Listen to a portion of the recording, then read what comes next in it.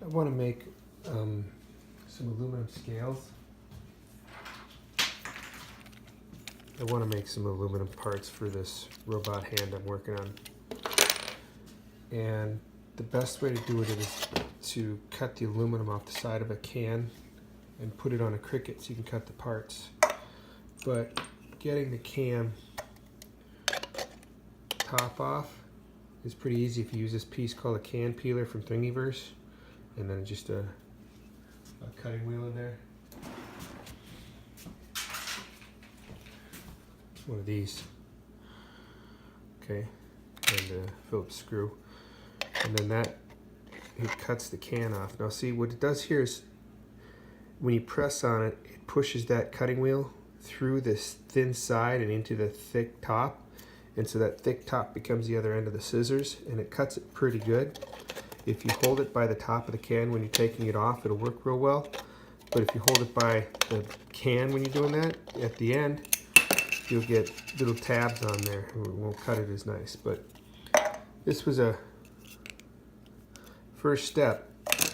Now to get this flattened, I want to put it through 2 rollers on the inside of the can and then 1 roller on the outside of the can, and then cut it from the top to the bottom. So I started with this hair straightener and a rubber hose over the top of a carbon fiber rod. This is from bow and arrow.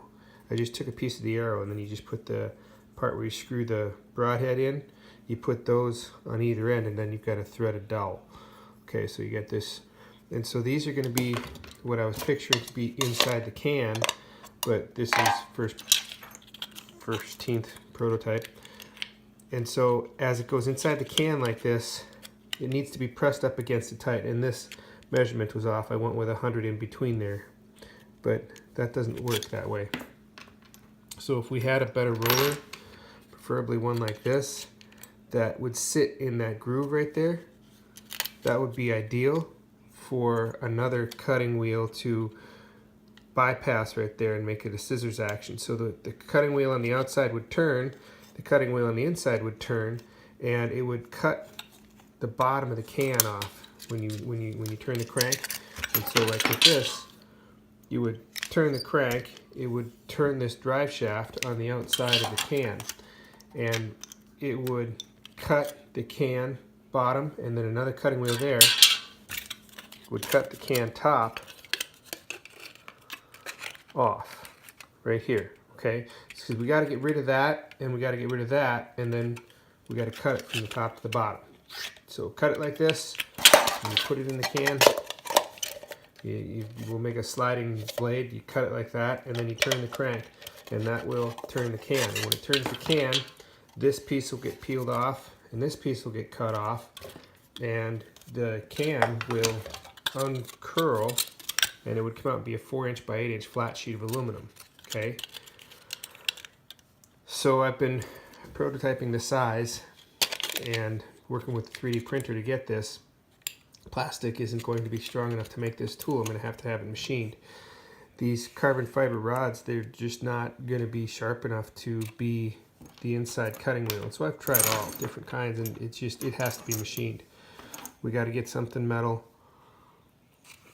tubes, and have a mount for it so they can mount it, and they got to be 100 millimeters apart. Okay, so from this cutting edge to that cutting edge, it's 4 inches or 100 millimeters.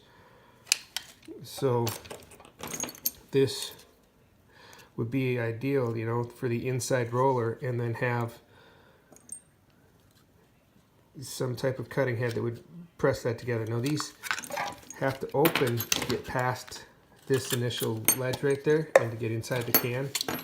And so to open and close that, that's where I was coming up with the problems, is it takes a lot of pressure to push this through that can if it's not lined up right. And this wasn't, because it's obviously my rollers weren't fixed right. But this was the idea, and this should be made with parallel pliers instead of a rear hinge. But I need to make the rollers cut the can and then turn so it can turn the can and peel the side off. Make it a 4" by 8" flat sheet of aluminum that we can then use to make parts.